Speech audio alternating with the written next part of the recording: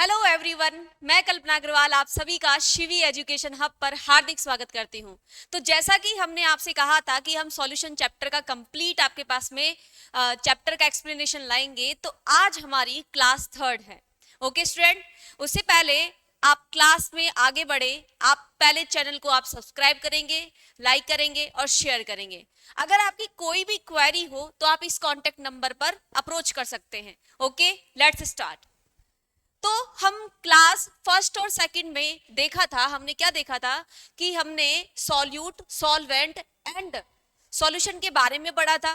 Types of solution हमने देख लिया था। उसके बाद में हमने क्या देखा था, हमने देखा था सेकंड क्लास में कंसंट्रेशन टर्म्स। कंसंट्रेशन टर्म्स के अलावा हमने कई बहुत सारे क्वेश्चंस देखे थे। तो आज हम क्लास थर्ड ला रहे हैं, दैट इज सॉल्युबिलिटी। ओके, विलयता क्या होती है। तो विलयता के बारे में अगर हम प्रोसीड करते हैं आगे की ओर, तो हमारे पास में विलयता क्या होती है कि मैक्सिमम अमाउंट ऑफ सॉल्यूट जो गिवन अमाउंट ऑफ सॉल्वेंट में डिसॉल्व होता है किसी पर्टिकुलर टेम्परेचर पर, उसी ही हम क्या बोलते हैं, सॉल्युबिलिटी बोलते हैं। मतलब क्या कि मेरे पास में कोई गिवन अमाउंट ऑफ विलायक है, कि मेरे पास कोई विलायक की मात्रा गिवन है, उसमें मैं कितना ज्यादा सॉल्यूट को डिसॉल्व कर सकती हूं, उसे ही मैं क्या बोल दूंगी, विलयता बोलूंगी, सॉल्युबिलिटी बोलूंगी। ओके, सॉल्युबिलिटी के बारे में हमने बोला maximum amount of solute that can be dissolved in a given amount of solvent at a given temperature। ध्यान रखिएगा टेम्परेचर के बारे में यहाँ बात क्यों की गई है, क्योंकि अगर आपको आइडिया हो तो मैंने आपको शुरू की क्लास में कहा था कि अगर आप नींबू पानी बनाते हो या पानी में शक्कर को डिसॉल्व करते हो, ठीक है, तो गर्म पानी में इजीली घुल जाती है जबकि ठंडे पानी में टाइम लगाती है। इसीलिए अगर हम तापमान को ऊपर नीचे करते हैं तो हमारे पास में जो विलयता है वो भी अफेक्ट होगी। इसीलिए हमने यहां पर डेफिनेशन में क्या लिखा है, एट ए गिवन टेम्परेचर। ठीक है, जो भी आपके पास में तापमान हो वो। तो हमने क्या बोला भैया, विलय की वह अधिकतम मात्रा जो दी गई विलय की मात्रा में किसी तापमान पर घुली हुई है, उसे ही हम क्या बोलते हैं, विलयता बोलते हैं। आफ्टर दैट आपके पास में विलियन जो होता है, वो जो विलयता के अमाउंट है उसके हिसाब से कितने टाइप का होता है, 3 टाइप का होता है। कौन कौन सा होता है, saturated, unsaturated and super saturated. संतृप्त विलियन, असंतृप्त विलियन और अति संतृप्त विलियन। अगर मैं असंतृप्त विलियन की बात करती हूं तो हमारे पास में क्या होगा कि भैया हमारे पास में कोई गिवन सॉल्वेंट है, ठीक है, उस सॉल्वेंट में मैं सॉल्यूट का अमाउंट और घोल सकती हूं किसी पर्टिकुलर टेम्परेचर पर। ध्यान रखना मैं टेम्परेचर को फिक्स रख रही हूं। मैंने क्या कहा कि अगर मैं सॉल्यूट का अमाउंट उस पर्टिकुलर सॉल्वेंट में और घोल सकती हूं तो अभी वो जो सॉल्यूशन बना है वो अनसैचुरेटेड है। जब तक घुलता रहेगा वो तब तक अनसैचुरेटेड है। फॉर एग्जाम्पल किसी एक गिलास पानी में अगर मैं 5 चम्मच चीनी को घोल सकती हूं, भाई इतनी कैपेसिटी है किसी पर्टिकुलर टेम्परेचर पर। अगर मैंने उसमें 3 चम्मच चीनी ही घोली है या 4 चम्मच चीनी ही घोली है, उसकी कैपेसिटी कितनी है, 5 चम्मच चीनी की, पर 3 या 4 चम्मच चीनी ही घुली है, तो मैं उस सॉल्यूशन को क्या बोलूंगी, अनसैचुरेटेड सॉल्यूशन बोलूंगी। अगर मैंने 5 चम्मच चीनी घोल दी तो उस और चीनी नहीं घुलेगी उसमें किसी गिवन टेम्परेचर पर, उसे मैं बोलूंगी भैया सैचुरेटेड सॉल्यूशन। और अगर मैंने टेम्परेचर हाई कर दिया और मैं 6, 7, 8, 9, 10 चम्मच में चीनी घोल दूं, ध्यान रखना मैंने टेम्परेचर को हाई कर दिया, किस लेवल में, थर्ड लेवल में, तो इसको मैं बोलूंगी भैया सुपर सैचुरेटेड सॉल्यूशन। तो सॉल्यूशन 3 टाइप के आपको बताए गए हैं सॉल्युबिलिटी के बेसिस पर। सबसे फर्स्ट हमारे पास में जाता है असंतृप्त solution. More solute more solute can be added in a given solvent. ध्यान रखना यहां पर टेम्परेचर हमारे पास में क्या रहेगा, ऑलवेज फिक्स रहेगा। टेम्परेचर फिक्स रहेगा, टेम्परेचर के साथ में हम कोई भी गड़बड़ी नहीं करेंगे कि भैया हम यहाँ पर मोर मतलब ज्यादा विलय की मात्रा घोल सकते हैं, अभी उस सॉल्वेंट में घुल रही है, ठीक है, उस पर्टिकुलर टेम्परेचर पर, उसे मैं क्या बोलूंगी, असंतृप्त विलयन, जैसा कि मैंने अभी अभी आपको एग्जांपल दिया है। और यहां पर क्या आ जाएगा, no more solute can be added in a solvent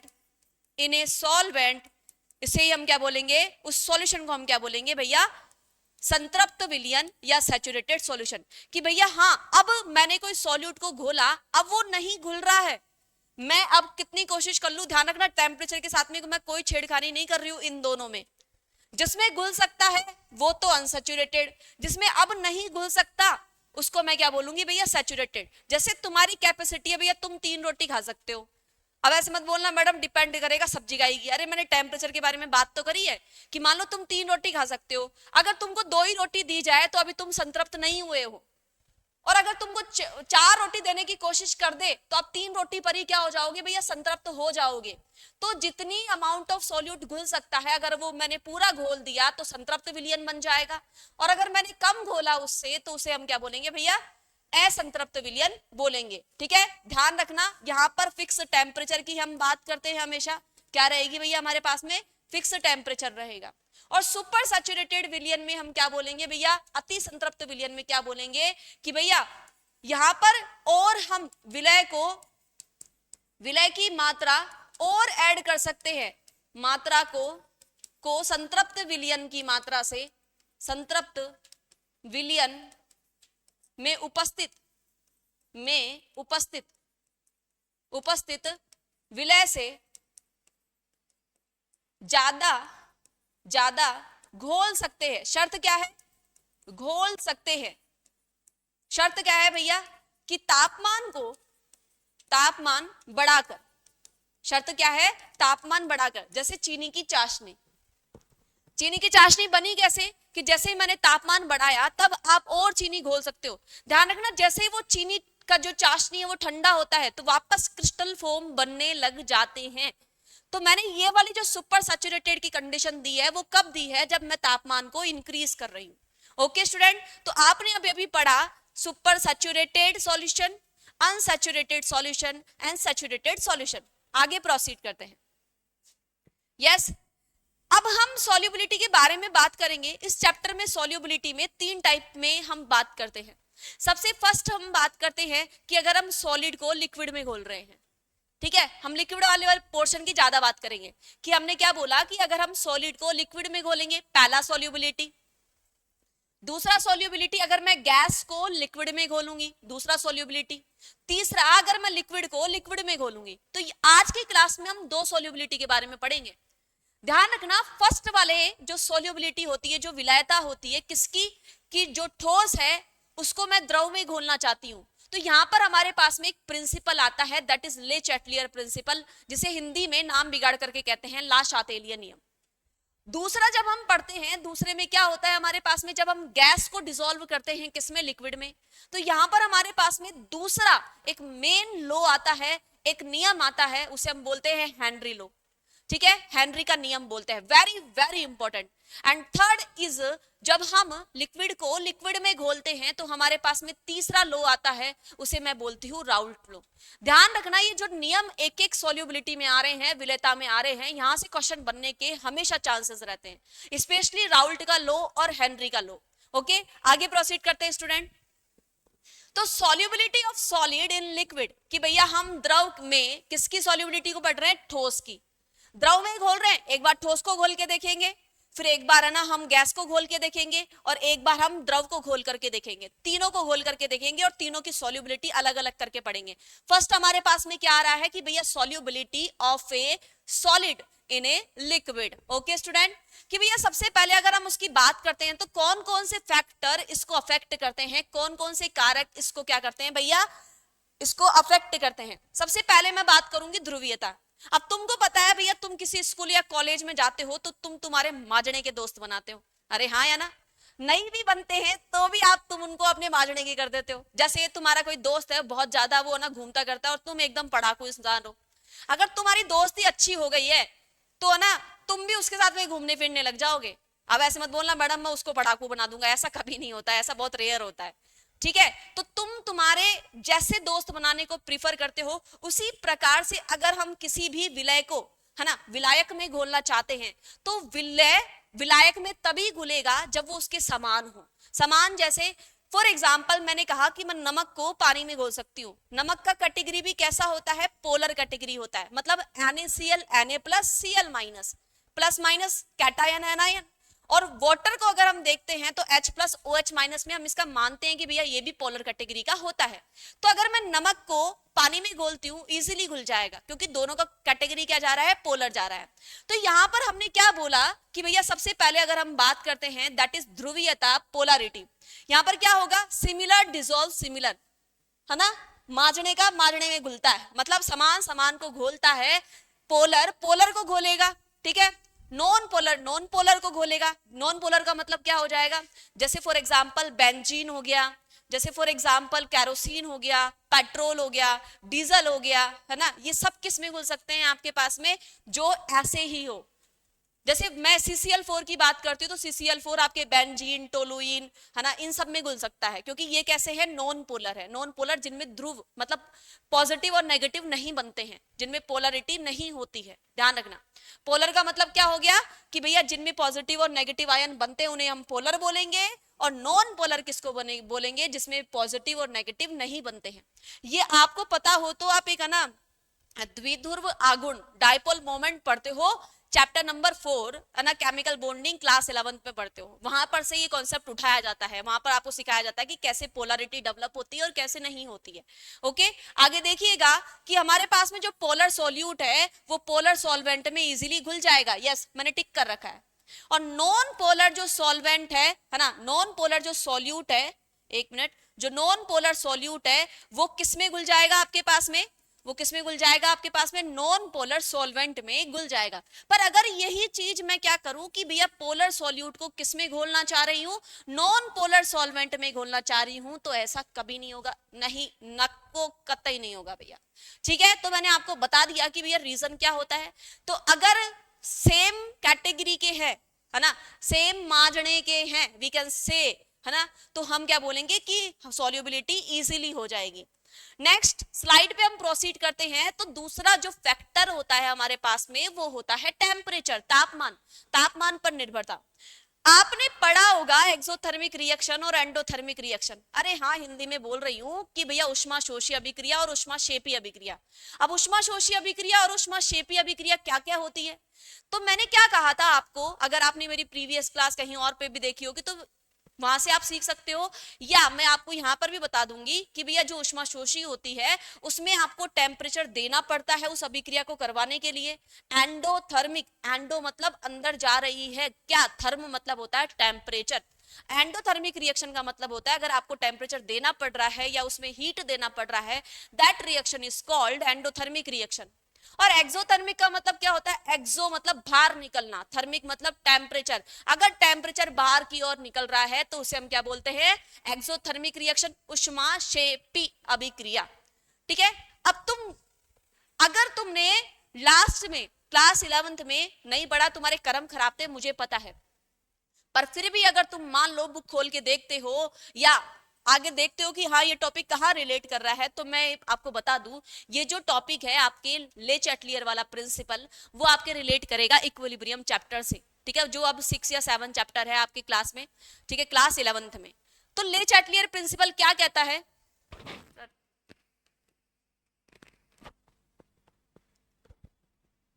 तो ले चैटलियर प्रिंसिपल क्या कहता है हमको कि भैया ले चैटलियर प्रिंसिपल के बेसिस पर अगर मैं बोलूंगी तो हमारे पास में अगर हम रिएक्टेंट और प्रोडक्ट की बात करते हैं, रिएक्टेंट मतलब अभिकारक और प्रोडक्ट मतलब उत्पाद, देखिएगा ध्यान से, अगर मैं A प्लस B रिएक्शन करवा रही हूं और C और D पर, तो ये कहता है कि भैया अभिक्रिया उधर की ओर जाएगी, है ना, जिधर के पहले की तरफ सामान ज्यादा हो। मैंने कहा अगर मैं यहां पर हीट लिख दूं तो अभिक्रिया किधर जाएगी, इधर की ओर, और अगर मैं यहां पर हीट लिख दूं तो अभिक्रिया कहां जाएगी भैया, इधर की ओर जाएगी। थोड़ा सा ध्यान से देखना, ध्यान से देखना मैं क्या बोलना चाहती हूं, अब देखना ध्यान से। मैंने क्या कहा कि मैं यहां पर मैं एंडोथर्मिक रिएक्शन की बात कर रही हूं, यहां पर हीट लिख रही हूं, ध्यान से देखना। अगर मैं तापमान बढ़ाती हूं तो तापमान कहां है, रिएक्टेंट की साइड पे है, तापमान कहां है, रिएक्टेंट की साइड पे, तो अभिक्रिया कहां जाएगी, इधर की ओर। मतलब ऐसी अभिक्रिया जहां पर हमारे पास में ऊष्मा क्या हो रही हो, शोषित हो रही हो, उस अभिक्रिया में अगर मैं तापमान को बढ़ाती हूं तो विलयता बढ़ती है। साम्य अवस्था चैप्टर से आ रहा है, ध्यान से सुनना। मैंने कहा कि मैंने अभिकारकों की मात्रा में वृद्धि कर दी तो उत्पादों की मात्रा में भी वृद्धि होगी। उत्पाद क्या है मेरे लिए यहाँ पर? सोल्यूबिलिटी, विलयता है कि भैया विलय विलायक में घुल जाए, ये है मेरे लिए। तो भैया अगर मैं उष्माशोषी अभिक्रिया की बात करती हूँ, ये कौन सी अभिक्रिया है मेरे पास में? उष्माशोषी अभिक्रिया है। उष्माशोषी अभिक्रिया में अगर मैं तापमान बढ़ाती हूं तो भैया अभिकारक बढ़ रहा है, और ले चैटलियर प्रिंसिपल के हिसाब से भैया अगर अभिकारक की मात्रा बढ़ती है तो उत्पादों की मात्रा भी क्या होगी? बढ़ेगी। तो टेम्परेचर इंक्रीज करने पर यहां पर जो सोल्यूबिलिटी है वो भी क्या होगी? इंक्रीज होगी। विलयता क्या होगी भैया? इंक्रीज होगी। वेरी वेरी इंपॉर्टेंट क्या हो जाएगा भैया? ये बहुत ज्यादा हमारे लिए आवश्यक पूर्ण बात है कि भैया ले चैटलियर प्रिंसिपल क्या कहता है कि जिधर की क्वांटिटी आप बढ़ा दोगे उधर की तरफ अभिक्रिया प्रोसीड कर जाएगी। मैंने अगर अभिक्रिया की अभिकारक की सांद्रता बढ़ाई तो भैया अभिक्रिया आगे की ओर जाएगी, और अगर मैंने उत्पादों की सांद्रता बढ़ाई तो भैया अभिक्रिया क्या होगी? पीछे की ओर आएगी। एक्सोथर्मिक रिएक्शन में अगर मैं बात करती हूँ, देखो हीट कहाँ दिखाई दे रही है आपको? हीट दिखाई दे रही है भैया आपको प्रोडक्ट की तरफ, उत्पादों की तरफ। उत्पाद अगर मैं यहाँ पर टेम्परेचर का मामला बढ़ाती हूँ, टेम्परेचर को इंक्रीज करती हूँ तो भैया उत्पाद बढ़े। अगर उत्पाद की सांद्रता बढ़ती है तो अभिक्रिया कहाँ जाएगी? पीछे की ओर जाएगी। मतलब अभिक्रिया पीछे की ओर जाएगी, मतलब विलय, मतलब जो घुलनशीलता है वो नहीं होगी, मतलब वो वापस सॉल्यूट और सॉल्वेंट में टूट जाएगा, मतलब वो घुलेगा ही नहीं इतना अच्छा। इसीलिए मैं क्या बोल रही हूँ, अगर मैं एक्सोथर्मिक रिएक्शन में तापमान बढ़ाती हूँ तो अभिक्रिया किधर की ओर जाएगी? पीछे की ओर जाएगी। तो मतलब सोल्यूबिलिटी क्या होगी? सोल्यूबिलिटी क्या होगी भैया?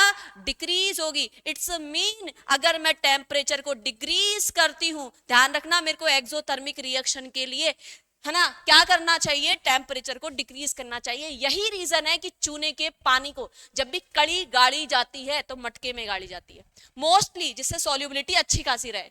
हम क्या बोलेंगे? अगर मैं तापमान इंक्रीज करती हूं तो मेरे पास में जो सॉल्युबिलिटी है, सॉल्युबिलिटी वो क्या होगी भैया? इंक्रीज होगी, क्योंकि मैंने तापमान डिक्रीज कर दिया। अब मैंने उत्पाद क्या कर दिए? कम कर दिए। जैसे ही मैंने उत्पाद कम कर दिए तो भैया अभिकारक ऑटोमेटिकली बढ़ गए। जैसे ही ये बढ़ते हैं तो अभी जो अभिक्रिया है वो कहां प्रोसीड करेगी? आगे की ओर। और आगे की ओर अभिक्रिया जा रही है, इसका मतलब क्या हो जाएगा भैया? सॉल्युबिलिटी भी क्या हो जाएगी? बढ़ जाएगी। वेरी वेरी इंपॉर्टेंट, ले चैटलियर प्रिंसिपल। तो क्या सीखा कि भैया अगर हमारे पास में ऊष्माशोषी अभिक्रिया है तो तापमान बढ़ाने पर विलयता बढ़ती है, और अगर उष्माक्षेपी अभिक्रिया है तो तापमान बढ़ाने पर विलयता कम होती है। निष्कर्ष इस लाइन का। आगे प्रोसीड करते हैं, आगे देखिएगा। दाब पर निर्भरता को हम देखते हैं। भैया दाब पर निर्भरता, जो लिक्विड और सॉलिड, यहाँ पर पढ़ क्या रहे हैं हम? किसकी विलयता किस में बढ़ रहे हैं? भैया हम सॉलिड की विलयता लिक्विड में बढ़ रहे हैं। ना ही सॉलिड को फर्क पड़ता है कि भैया आपके पास में मैं ना तापमान दाब से मैं अफेक्ट होऊंगा, ना ही लिक्विड को फर्क पड़ता है। मतलब सॉलिड और लिक्विड दोनों चीजें ही दाब पर निर्भर करती नहीं है, दाब का असर ही नहीं होता उन पर। तो भैया अगर मैं बात करूंगी तो नो इफेक्ट, मतलब सोल्यूबिलिटी पर दाब का कोई प्रभाव नहीं होगा। कब नहीं होगा? सोल्यूबिलिटी पर दाब का कोई प्रभाव नहीं होगा। कब नहीं होगा? जब आप सॉलिड को किस में घोल रहे हो? लिक्विड में घोल रहे हो, तो कोई इफेक्ट नहीं होगा भैया दाब आप बढ़ा रहे हो या घटा रहे हो। ये हमने पहला टॉपिक इसमें क्लियर किया, जिसका मतलब क्या था कि भैया हम सॉलिड को लिक्विड में घोल रहे हैं। ठीक है, पहला हमने कंप्लीट कर दिया। अब हम दूसरे की तरफ आ रहे हैं। दूसरा कौन है मेरे पास में? जब हम गैस को लिक्विड में घोलते हैं। पहला मैंने बता दिया सॉलिड को लिक्विड में घोलने वाला। अब मैं दूसरा बता रही हूं, किसका? कि भैया मैं गैस को घोल रही हूं लिक्विड में। देखिएगा, अगर मैं बात करूं भैया गैसों की द्रवों में विलयता, तो एक बात का आप हमेशा ध्यान रखना, जब भी मैं गैस को लिक्विड में घोलती हूं तो हमेशा एक्सोथर्मिक रिएक्शन होगी। हाँ या ना? तो बोलोगे हाँ मैडम, क्लिक कर गया माइंड में, बहुत बढ़िया। कि मैंने क्या कहा कि जब भी मैं गैसों को लिक्विड में घोलती हूं तो कौन सी रिएक्शन जाएगी? एक्सोथर्मिक रिएक्शन जाएगी, मतलब ऊष्माक्षेपी अभिक्रिया जाएगी। तो आप बताओ, मैंने अभी जस्ट पढ़ाया है कि अगर मैं तापमान बढ़ाऊंगी तो क्या होगा? तो आप बोलोगे मैडम विलयता तो कम होनी चाहिए। तो आप कोल्ड ड्रिंक कैसा पीना पसंद करते हो, ठंडी या गर्म? तो आप बोलोगे मैडम ठंडी, ठंडी में ही करंट बढ़िया आता है। अरे हाँ या ना? तो वो ही बात है। तो हमने अभी अभी कहा कि भैया तापमान बढ़ाने पर है ना, जो गैसों की विलेयता होती है वो क्या हो जाती है, कम हो जाती है। इसलिए अगर आप पानी भी पीना पसंद करते हो तो कौन सा पानी पीना पसंद करते हो, ठंडा पानी पीना पसंद करते हो। ओके, देखिएगा कि भैया अगर गैस सॉल्यूट है मेरे पास में और लिक्विड सॉल्वेंट है, ठीक है, और अगर मैं इसका सॉल्यूशन बना रही हूं, मतलब गैस को किस में डिसॉल्व कर रही हूं, लिक्विड में डिसॉल्व कर रही हूं, तो दिस रिएक्शन है ना, ये कैसा प्रोसीड करेगा, किस मैनर में प्रोसीड करेगा, किस तरीके से जाएगा, ये एक्सोथर्मिक रिएक्शन की जैसा जाएगा। आगे देखिएगा, अगर एक्सोथर्मिक रिएक्शन की जैसा जाएगा तो कौन कौन से फैक्टर यहां पर इसको अफेक्ट करेंगे। तो देखिएगा, सबसे पहले तो मैं बात करूंगी भैया तापमान की, ताप पर निर्भरता की बात करूंगी। तो मैंने अभी अभी आपको कहा था कि भैया अगर मैं गैस को, जो कि सॉल्यूट है, लिक्विड जो कि सॉल्वेंट है मतलब विलायक है, अगर उससे जो सॉल्यूशन बन रहा है वो बना रही हूं, तो वो अभिक्रिया कैसी होती है मेरे पास में। तो आप बोलोगे मैडम अभी अभी आपने कहा कि ऊष्माक्षेपी अभिक्रिया होती है। भैया कैसी अभिक्रिया होती है, ऊष्माक्षेपी अभिक्रिया होती है। तो अगर मैंने ये कहा कि भैया अगर मैं तापमान बढ़ाऊं तो देन तो जो सॉल्युबिलिटी जो विलयता है, solubility of gas in liquid वो क्या हो जाएगी भैया, लिक्विड ले चैटलियर प्रिंसिपल के हिसाब से भैया डिक्रीज हो जाएगी। मतलब अगर मैं तापमान बढ़ाती हूं इसके लिए तो सॉल्युबिलिटी क्या हो जाएगी भैया, डिक्रीज हो जाएगी। किसके लिए, अगर मैं गैस को डिसॉल्व कर रही हूं लिक्विड में। तो यहां से मैं क्या बोल सकती हूं कि अगर मेरे को गैस की सॉल्युबिलिटी अच्छी खासी रखनी है तो मेरे को तापमान कम करना पड़ेगा। मतलब मेरे को एक राशि बढ़ानी है तो दूसरी राशि कम करनी पड़ेगी, दूसरी राशि कम करनी है तो पहली वाली राशि बढ़ानी पड़ेगी। तो मतलब क्या हुआ कि भैया वो दोनों एक दूसरे के क्या हो गए, व्युत्क्रमानुपाती। अगर एक के बढ़ने से दूसरा बढ़ता है तो समानुपाती, और अगर एक के बढ़ने से दूसरा कम होता है उस चीज को हम क्या बोलते हैं, व्युत्क्रमानुपाती। तो solubility of a gas in liquid, है ना, जो भी हमारे पास में गैस की विलयता किसमें भैया, द्रव में, जिसको मैं एस से रिप्रेजेंट कर रही हूं, वो किसके व्युत्क्रमानुपाती हो जाएगी भैया, तापमान के व्युत्क्रमानुपाती हो जाएगी। आपने ये भी सुना होगा कि भैया ग्लोबल वार्मिंग बढ़ रही है, ग्लोबल वार्मिंग बढ़ेगी तो भैया जो आपके एक्वेटिक एनिमल्स है, जो पानी में रहने वाले जीव जंतु है, वो ना सतह पर आकर के मर रहे हैं। क्यों मर रहे हैं, क्योंकि जो लिक्विड में जो सॉल्युबिलिटी होगी किसकी, O2 की। अरे तुमको ही जरूरी है क्या भैया O2 सांस लेने के लिए, हाँ नहीं भैया उनको भी जरूरी है। तो भैया जब पानी गर्म होगा तो O2 उसमें ज्यादा बचेगी नहीं, जितनी चाहिए उतनी मिलेगी नहीं तो भैया वो मरेंगे, आया ना। ठीक है, आगे देखिएगा, इसमें आगे क्या बोला मैंने एप्लीकेशंस में कि भैया एप्लीकेशंस आप कहां देखते हो। मैंने बोला अभी अभी कि आपको कार्बोनेट ड्रिंक्स, जो सॉफ्ट ड्रिंक्स होती है, अरे Coca Cola, Pepsi, Thums Up, जो आप बोलो, ठीक है, वो किस पर प्रीफर की जाती है भैया, लो टेम्परेचर पर प्रीफर की जाती है। उसमें क्या घुला होता है, कार्बोनेटेड ड्रिंक्स का मतलब होता है उसमें CO2 घुला होता है।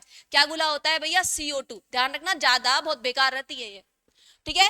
क्या घुला होता है हमारे पास में, CO2 घुला होता है। तो आप जब भी कोल्ड ड्रिंक पीना पसंद करते हैं तो आप कौन सी कोल्ड ड्रिंक पीना पसंद करते हैं, ठंडी कोल्ड ड्रिंक पीना पसंद करते हैं।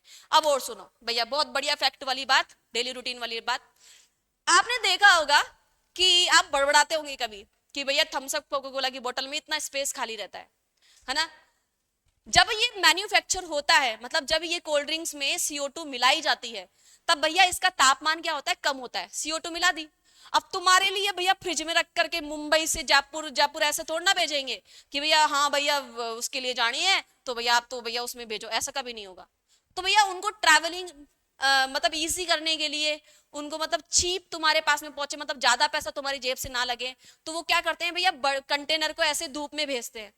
अब तुम सोचो अगर उसको पूरा भर दे, है ना, पूरा भर दे, तो उसमें घुली हुई जो गैस है वो बाहर आने की कोशिश करेगी, वो बाहर आ जाती है। अगर उसको जगह नहीं मिलेगी तो वो बाहर आएगी, और अगर पूरी भरी हुई है तो भैया वो बोतल क्या हो जाएगी भैया, फट जाएगी गर्म होने से, ठीक है। इसीलिए Coca Cola, Pepsi, Thums Up जो भी हो, जो भी आप पीते हो, उसका इतना स्पेस खाली रहता है, जिससे मान लो अगर वो तापमान ज्यादा भी है उसमें, तो क्या होगा कि भैया जो तापमान ज्यादा होने से वो गैस अंदर उसमें रहे पर फटे ना, मतलब जैसे गैस उस लिक्विड में से निकली तो उसके लिए जगह रहे उसमें, ठीक है, निकलने के लिए।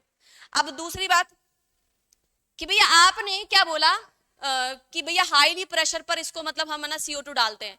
जैसे मैं उस बोतल को ओपन करती हूँ फर्स्ट टाइम, तो भैया एक आवाज आती है की, है ना, पिश की आवाज आती है। वो क्या होता है भैया, उसमें जो गैस प्रेशराइज करके भरी गई थी वो निकलती है। ठीक है, तो अभी अभी आपने क्या सीखा कि अगर हम तापमान को बढ़ाते हैं तो गैसों की विलेयता क्या होती है, कम होती है। अरे नमूनों, कॉमन सेंस की बात है ये तो, ठीक है। कोल्ड ड्रिंक तो अभी आप खूब बढ़िया तरीके से पी रहे होंगे। ध्यान रखना, तो हम कौन सी कोल्ड ड्रिंक को प्रीफर करते हैं, जो ठंडी हो, मतलब जो लो टेम्परेचर पर हो। वैसे ही एक्वेटिक स्पीशीज, जो भी आपके पास में समुद्री जीव जंतु या जलीय जीव जंतु होते हैं, वो हमेशा कंफर्टेबल रहते हैं। कौन से, किस पानी में कंफर्टेबल रहते हैं भैया, ठंडे पानी में कंफर्टेबल रहते हैं कंपैरिजन टू गर्म पानी के। ठीक है, तो हमने क्या बोला अभी अभी कि जो कोल्ड ड्रिंक्स है वो ठंडे मतलब ठंडे तापमान पर या लो टेम्परेचर पर प्रीफर की जाती है, जबकि जो जलीय जीव जंतु है वो आपके पास में अच्छे से किस पानी में रहेंगे, आपके ठंडे पानी में रहेंगे, क्योंकि उसमें क्या होता है, अच्छे से घुलनशीलता किसकी होती है, O2 की होती है। ठीक है, अब तुम तैरने जाओ तो ठंडे पानी में तैरने जाना। ओके, आगे देखना। अब ऐसे मत बोला मैडम हम जलीय जीव जंतु छोड़ना है। अब हम इसके थर्ड फैक्टर के बारे में बात करते हैं, सॉरी इसके फैक्टर के बारे में बात करते हैं। वो कौन है मेरे पास में, प्रेशर है। कौन है, प्रेशर है। दाब पर निर्भरता, अभी अभी मैंने आपको बता दिया दाब के बारे में। दाब पर निर्भरता कि भैया हेनरी भैया ने क्या कहा था, हेनरी ने एक लॉ दिया था प्रेशर से रिगार्डिंग। हेनरी ने क्या कहा कि भैया जो आपके पास में जो गैस है ना, गैस की जो विलेयता होती है वो तापमान पर, सॉरी दाब पर निर्भर करती है। जितना ज्यादा आप दाब दोगे उतना ज्यादा क्या होगी भैया, विलेयता बढ़ेगी, है ना। तो उन्होंने क्या बोला कि जो गैसों की विलेयता होती है S is directly proportional to the P, उन्होंने बताया। मतलब विलेयता बढ़ेगी, कब बढ़ेगी, जब दाब बढ़ेगा, उन्होंने ऐसे कहा। तो डोल्टन ने कहा कि भाई हेनरी तू साची बोला है, तू साची बोला है, पर थारा ये लोन है ना थोड़ा सा मॉडिफाइड करता है। काई करता है भैया, मॉडिफाइड करता है। कैसे करते हैं कि भैया उन्होंने कहा कि तुम जो सोल्यूबिलिटी बता रहे हो गैस की, वो मोल फ्रैक्शन में बताओ। और प्रीवियस क्लास में मैंने आपको बताया था मोल फ्रैक्शन क्या होते हैं, कि भैया किसी के मोल टोटल में कितना फ्रैक्शन बना रहे हैं उसे हम क्या बोलते हैं, मोल फ्रैक्शन बोलते हैं, जिसे हम मोल अंश या मोल भिन्न के नाम से जान रहे थे। उन्होंने क्या कहा था कि भैया जो आपके पास में मॉडिफाइड है ना, ये मॉडिफाइड पढ़ा रही हूं मैं यहाँ पर, कि भैया हेनरी लॉ जो मॉडिफाइड डोल्टन लॉ वाला है, उसको मैं क्या बोल रही हूँ कि जो पार्शियल प्रेशर होता है गैस का, है ना, लिक्विड पर, है ना, वो कितना लगेगा। इसने उल्टी बात करी थी, solubility is directly proportional to the P बात करी थी, किसने, हेनरी ने। डोल्टन ने उसको मॉडिफाई करके क्या बोला कि भैया लिक्विड पर अगर दाब लग रहा है किसी गैस का, तो वो कितना ज्यादा लगेगा, वो किस पर निर्भर करेगा कि भैया उस लिक्विड में कितनी गैस घुली हुई है। ठीक है, तो उन्होंने क्या बोला, P is directly proportional to the X। X क्या है भैया, मोल फ्रैक्शन, मोल फ्रैक्शन है।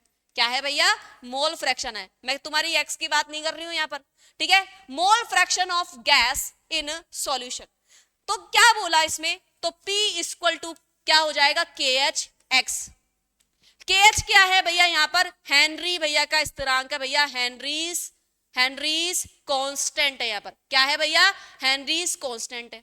अब मैंने पूछा भैया अगर हेनरी कांस्टेंट आ गया है तो इस हेनरी कांस्टेंट का यूनिट बताओ। इस हेनरी कांस्टेंट का क्या बताओ भैया, यूनिट बताओ। तो हेनरी कांस्टेंट का यूनिट, अरे मैडम यूनिट निकालने के लिए तो हम एक काम करते हैं, बताओ क्या काम करते हो। तो भैया KH इक्वल टू क्या हो जाएगा, P अपॉन काई हो जाएगा। और आपने ही कल बताया था मैडम कि भैया जो काई होता है मोल फ्रैक्शन होता है, वो क्या होता है, यूनिट लेस। कि भैया ऊपर भी बोल नीचे भी बोल, मोल पूरी दुनिया गोल मटोल। हाँ जी भैया, ऊपर मोल नीचे मोल कैंसल। तो भैया इसकी तो कोई यूनिट ही नहीं होती। इसकी यूनिट आप ATM बोल सकते हो। अरे मैं ATM पैसों वाला ATM की बात नहीं कर रही हूं, आप बार बोल सकते हो, जो भी आपको गिवन हो वो उसकी यूनिट हो जाएगी। पास्कल बोल सकते हो ना, पास्कल, अरे रास्कल नहीं, पास्कल। ठीक है, तो भैया यहां पर KH की जो यूनिट होगी वो क्या होगी, जो प्रेशर की यूनिट होगी। अगर मैं ग्राफ की बात करती हूं तो मैंने क्या कहा कि अगर एक वैल्यू बढ़ रही है, अगर उसके हिसाब से दूसरी वैल्यू भी क्या हो रही है भैया, बढ़ रही है, तो इसको हम बोलते हैं inversely, sorry directly proportional graph. इसका जो ग्राफ बनेगा वो कुछ इस तरीके का बनेगा। अगर एक बढ़ रहा है तो दूसरा भी बढ़ रहा है, अगर एक बढ़ रहा है तो दूसरा बढ़ रहा है, अगर एक बढ़ रहा है तो दूसरा भी बढ़ रहा है, अगर एक कम हो रहा है तो दूसरा भी कम हो रहा है, एक कम हो रहा है तो दूसरा भी कम हो रहा है। यहां पर इसका बिंदु, यहां पर इसका बिंदु, यहां पर इसका बिंदु। तो अल्टीमेटली अगर डायरेक्टली प्रोपोर्शनल तुमको कुछ मिल जाए, उसका ग्राफ कैसा बनेगा भैया, सीधा बनेगा। ठीक है, तो भैया इसका ग्राफ कैसा आएगा मेरे पास में, देखो P is directly proportional to the X। यहां पर मैं बना रही हूं भैया Y एक्सिस पर P और X एक्सिस पर क्या बना रही हूं, X, that is mole fraction of the gas. जो कि लिक्विड में घुली हुई है। जैसे मैं ग्राफ इसका मतलब बनाऊंगी तो ग्राफ कैसा बनेगा मेरे पास में, ग्राफ बनेगा मेरे पास में सीधा, ठीक है। और इसका जो स्लोप रहेगा भाइयों और उनकी बहनों, जो स्लोप रहेगा भैया वो कैसा रहेगा, स्लोप यहां पर क्या रहेगा भैया मेरे पास में KH, ठीक है। क्या रहेगा भैया स्लोप।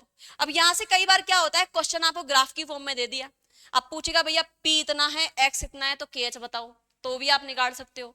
आपसे पूछेगा बताओ KH का मान ग्राफ दे करके, तो ग्राफ दे करके कुछ भी वैल्यू दे रखी हो, या काई पूछ ले या P पूछ ले, ग्राफ दे करके क्वेश्चन पूछ सकता है बिना कोई तुमको हैंड लो दिए, तो भी आप इसको इजिली कर सकते हो स्टूडेंट। आफ्टर दैट अब एक क्वेश्चन आपके स्क्रीन पर, भाइयों और बहनों आपकी एक स्क्रीन पर एक प्यारा सा सवाल है, इस सवाल का आप जवाब दीजिए। क्या है भैया, if partial pressure of a gas equal to कितना दे रखा है 0.4 बार, ध्यान रखना बार यूनिट होती है किसकी, प्रेशर की। गैस बी का कितना दे रखा है भैया 0.2 बार, है ना, एंड गैस सी का कितना दे रखा है 0.5 बार। तो कौन सी गैस सबसे ज्यादा सॉल्युबिलिटी में जाएगी, मतलब कौन सी गैस सबसे ज्यादा सॉल्युबल होगी उस लिक्विड में, तो आप क्या बोलोगे कि मैडम जिसका जितना ज्यादा प्रेशर उतनी ज्यादा सॉल्युबिलिटी। अरे हाँ, गैस को घोलना है, अगर मैं प्रेशर लगा दूं तो गैस अच्छी खासी घुलेगी। किसका प्रेशर सबसे ज्यादा दिखाई दे रहा है तुमको, तो आप बोलोगे मैडम गैस सी का कितना है 0.5 बार है ना। उसके बाद में किसका दिखाई दे रहा है, गैस ए का, है ना, गैस ए का वो की कितना है 0.4 बार है, कौन सा, गैस ए, है ना। और सबसे कम किसका है हमारे पास में, गैस बी का, वो कितना है भैया मेरे पास में 0.2 बार है। तो सबसे ज्यादा सॉल्युबिलिटी कौन सी गैस की जाएगी, gas C, that is answer क्या हो जाएगा भैया, गैस सी, है ना, option number C correct answer होगा। ओके, आगे देखिएगा नेक्स्ट स्लाइड की ओर हम प्रोसीड कर रहे हैं। अब देखो भैया, very very very very very very very so much very important, applications of Henry's law, है ना। मैंने आपको क्या कहा था कि भैया अगर दाब बढ़ता है तो गैसों की विलयता भी क्या होती है, बढ़ती है। If pressure is increased then solubility of a gas in a liquid is also increased. Okay, अब भैया तुम गए भैया, हाँ, पहाड़ों पर गए, है ना, नौकरी गई भाड़ पे, हम चले पहाड़ पे, ठीक है भैया, तुम गए भैया पहाड़ पर। अब पहाड़ पर क्या होता है, जैसे जैसे हम जमीन की सतह से ऊपर की ओर आते हैं तो प्रेशर का वैल्यू क्या होता जाता है भैया, डिक्रीज। अरे हाँ या ना, अब सुनो मेरी बात ध्यान से, मैंने अभी अभी क्या बोला कि नीचे से ऊपर की ओर जाएंगे तो प्रेशर क्या हो जाता है भैया, कम हो जाता है। अब और सुनना कि भैया हमारा जो बॉडी है, हमारा बॉडी किससे चलता है, आप ना ब्रीथिंग करते हो, ब्रीथिंग से बहुत सारी गैसें आपके अंदर जाती है, उसमें से मोस्टली जो बॉडी कौन सी गैस लेती है, O2 को लेती है। O2 जाएगी आपकी कोशिकाओं में, सेल्स में, वहां पर उपस्थित है ग्लूकोज जो आपको खाने से मिला। O2 क्या करेगा, उस ग्लूकोज का बर्निंग करेगा, मतलब उसको जलाएगा, जलाने से उसको हम बोलते हैं रेस्पिरेशन, श्वसन, है ना। जब ग्लूकोज का बर्निंग होता है, जब ग्लूकोज का दहन होता है, उस अभिक्रिया को मैं क्या बोलती हूँ भैया, श्वसन बोलती हूँ। कहां पर हो रहा है, ये कोशिकाओं में हो रहा है। अब भैया आपको जब जब ये बर्निंग होगा तो आपको क्या मिलेगी, एनर्जी, एटीपी मिलेगी, नहीं मिलेगी, एटीपी मिलेगी तो आपका दिमाग चलेगा, आपका शरीर चलेगा, आप सब बहुत अच्छी तरीके से सोच समझ पाओगे। अब एक बात बताओ, अगर गैस ही नहीं आए तो इतनी ज्यादा, तो O2 नहीं जाएगी, ग्लूकोज का बर्निंग नहीं होगा, एटीपी कम बनेगी, आपकी बॉडी कैसे काम करेगी, कैसे आप सोचोगे समझोगे।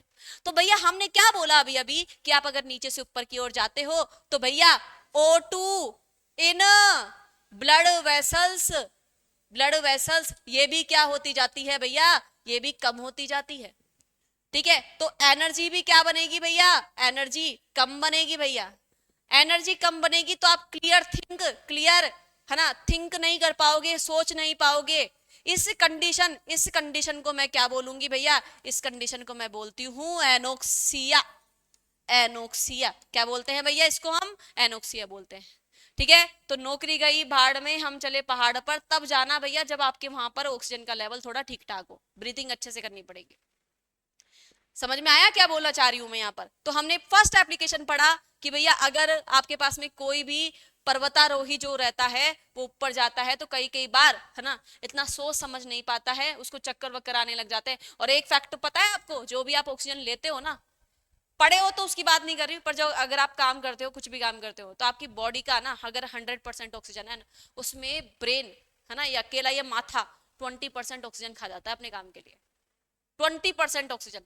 ठीक है, आगे देखिएगा। इस कंडीशन को हम क्या बोलते हैं? Anoxia. Very very important. Clear thinking और विजिबिलिटी नहीं हो पाती है, इसी कंडीशन को हम क्या बोलते हैं? एनोक्सिया बोलते हैं। आगे देखिएगा इसमें। नेक्स्ट है भैया, आपको दिख रहा होगा स्कूबा डाइवर्स, है ना? ये देखो, ये स्कूबा डाइवर है भैया। इसके ना ये पीठ पर क्या लगा हुआ है? एक वो लगा हुआ है, गैस का सिलेंडर लगा हुआ है।